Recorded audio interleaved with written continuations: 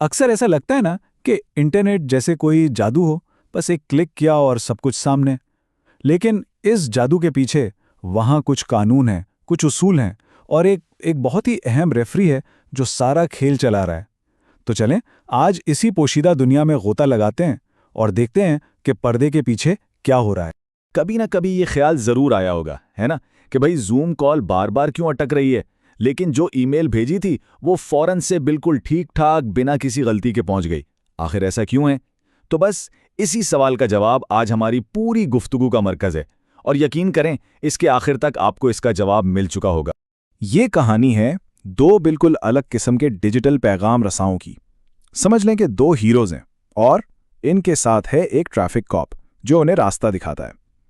तो इस कहानी में एक तरफ प्रोटोकॉल्स हैं यानी हमारे हीरोज, और दूसरी तरफ है राउटर यानी हमारा रेफरी। इस तरह से ये जो मुश्किल टेक्निकल बातें हैं ना, वो भी आसान हो जाएंगी।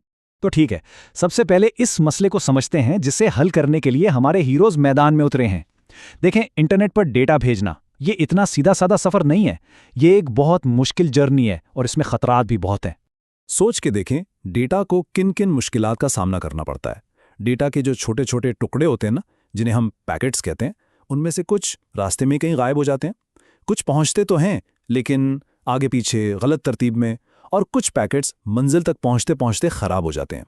तो इतनी अफरा तफरी में हम ये कैसे यकीनी बनाएं कि बातचीत ठीक से हो, रिलायबल तरीके से हो। और बस इसी जगह एंट्री होती है हमारे पहले हीरो की, टीसीपी। ये वो मोहतात, वो एहतियात पसंद और काबिले भरोसा सॉल्यूशन है जो अभी हमने जितने भी मसाइल गिनवाए हैं ना, उन सब से अकेले ही निमट लेता है। तो टीसीपी यानी ट्रांसमिशन कंट्रोल प्रोटोकॉल, ये असल में है क्या? ये रूल्स का एक सेट है, एक प्रोटोकॉल है। इसका काम ये गारंटी देना है कि डेटा का हर छोटा सा पैकेट ना सिर्फ मंजिल तक पहुंचे बल्कि बिल्कुल सही तरतीब में पहुंचे। और ये काम करने के लिए ये भेजने वाले और वसूल करने वाले के दरमियान पहले एक मजबूत मुस्तहकम कनेक्शन कायम करता है। ये कनेक्शन बनता कैसे है? बहुत ही सिंपल सा एक डायलॉग है, जैसे 3-वे हैंडशेक कहते हैं। जरा देखें, स्टेप 1 में क्लाइंट एक सिन मैसेज भेजकर पूछता है, क्या मैं कनेक्ट कर सकता हूं? फिर स्टेप 2 में सर्वर जवाब देता है एक सिन एक्ट के साथ, हाँ बिल्कुल, और क्या मेरी आवाज आ रही है? और आखिर में स्टेप 3 में क्लाइंट एक एक्ट भेजकर तस्दीक करता है, हाँ जी कनेक्शन बन गया। लेकिन ठहरें, ये जो हेलो हाय हो रही है ये सिर्फ सलाम दुआ नहीं है। नहीं, इसका असल मकसद बहुत गहरा है। इस हैंडशेक के जरिए दोनों सिस्टम्स इस बात पर एग्री कर रहे हैं कि डेटा के पैकेट्स की जो गिनती है, जो नंबरिंग है, वो कहाँ से शुरू होगी। बिल्कुल वैसे ही जैसे आप किसी किताब के पेजेस को नंबर देने से पहले ये तय करते हैं ना कि पेज नंबर 1 कौन सा होगा, बस वही चीज़ यहाँ हो रही। अच्छा, लेकिन अगर सिचुएशन ऐसी हो कि हर पैकेट की गारंटी ज़रूरी ना हो, अगर ज़रूरत स्पीड की हो, रफ्तार की, तो फिर क्या? बस ऐसी ही सिचुएशन के लिए मैदान में आता है हमारा दूसरा हीरो, यूडीपी। तो यूडीपी यानी यूजर डेटाग्राम प्रोटोकॉल, ये टीसीपी से बिल्कुल उल्टा है। जमीन आसमान का फर्क। ये कोई कनेक्शन वनेक्शन नहीं बनाता, इसे कोई परवाह नहीं। ये तो बस डेटा भेजना शुरू कर देता है फौरन, तेज, हल्का पुल्का, और हाँ, बिना किसी गारंटी के। ये मिसाल यूडीपी को समझाने के लिए बिल्कुल परफेक्ट है कि ये एक गुस्से वाले आदमी की तरह है, जिसे कोई कॉल करे और वो बस ब्लास्ट करना शुरू कर दे। उसे इस बात से कोई फर्क नहीं पड़ता कि सामने वाला सुन भी रहा है या नहीं, बस रिक्वेस्ट आई और उसने डेटा भेजना शुरू कर दिया। तो ये फायर एंड फॉरगेट वाला अप्रोच, ये दागो और भूल जाओ वाला तरीका आखिर काम कहाँ आता है? ये उन तमाम जगहों पर मुफीद है जहां रियल टाइम परफॉर्मेंस यानी फौरी रद्द-ए-अमल थोड़े बहुत डेटा के नुकसान से ज्यादा अहम है। सोचकर देखें, आजकल की live video streaming, online gaming, ये सब यूडीपी के बगैर नामुमकिन होता। वीडियो में एक पिक्सल का गायब हो जाना या कॉल में 1 सेकंड की खराबी चलो बर्दाश्त है, लेकिन डिले यानी ताखीर या गेम का लैग करना, वो बिल्कुल काबिल कबूल नहीं।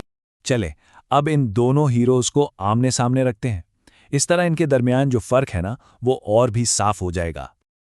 तो बात का निचोड़ ये है, टीसीपी आपकी ईमेल के लिए परफेक्ट है, जहां हर लफ्ज का अपनी जगह पर होना लाजमी है। दूसरी तरफ यूडीपी आपकी जूम कॉल के लिए बेहतरीन है, जहां एक हमवार गुफ्तगू थोड़ी बहुत खराबियों के बावजूद ज्यादा जरूरी है।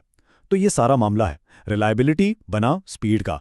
यहां इस टेबल में आप दोनों का तफसीली मुवाजना देख सकते हैं। एक चीज पर गौर करें, हर वो चीज़ जो टीसीपी को रिलायबल बनाती है, जैसे कनेक्शन बनाना, तरतीब का ख्याल रखना, वही चीज़ें इसे थोड़ा सा सुस्त भी कर देती हैं।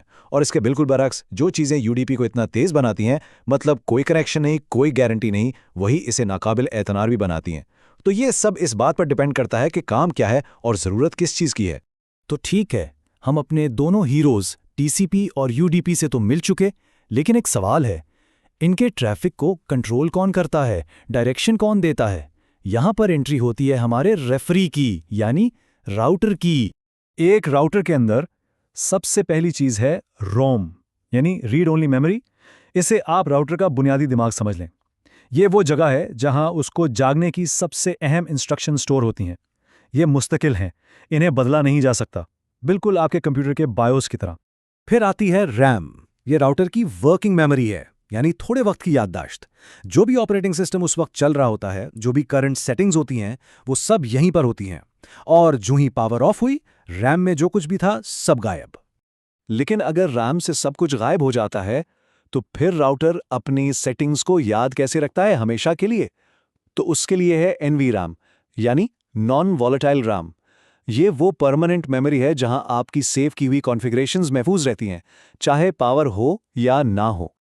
और आखिर में है फ्लैश मेमोरी। इसे आप राउटर की हार्ड ड्राइव या SSD समझ लें। सिंपल, ये वो जगह है जहां पूरा का पूरा ऑपरेटिंग सिस्टम, यानी वो मेन सॉफ्टवेयर जो राउटर को चलाता है, मुस्तकिल तौर पर स्टोर रहता है। तो चलें अब इन सारे पार्ट्स को जोड़ कर देखते हैं कि आखिर जब आप राउटर को ऑन करते हैं तो होता क्या है। समझ लें कि ये राउटर का सुबह का रूटीन है। जरा देखें ये काम कैसे करता है। जैसे ही आप राउटर ऑन करते हैं, सबसे पहले वो एक हार्डवेयर चेक करता है कि सब पुर्जे ठीक हैं या नहीं। इसे पोस्ट कहते हैं। फिर रोम में जो बूट लोडर है वो जाग जाता है। उसका काम क्या है? उसका काम है फ्लैश मेमोरी में जाकर असल ऑपरेटिंग सिस्टम को ढूंढना और उसे लोड करना। और बिल्कुल आखिरी स्टेप में वो NVRAM से आपकी सेव की हुई सेटिंग्स उठाकर रैम में डाल देता है। और बस आपका राउटर काम करने के लिए बिल्कुल तैयार है। तो असल में इंटरनेट का राज यही है। ये रिलायबिलिटी और स्पीड के दरमियान एक मुसलसल तवाज़न कायम करने का नाम है, एक ट्रेड ऑफ है। और ये बात हमें सोचने पर मजबूर करती है कि हमारी रोज़मर्रा की टेक्नोलॉजी में और कितने ऐसे ही पोशीदा समझौते हैं, ऐसे ही इनविजिबल ट्रेड ऑफ्स हैं जिन पर हम कभी गौर ही नहीं करते।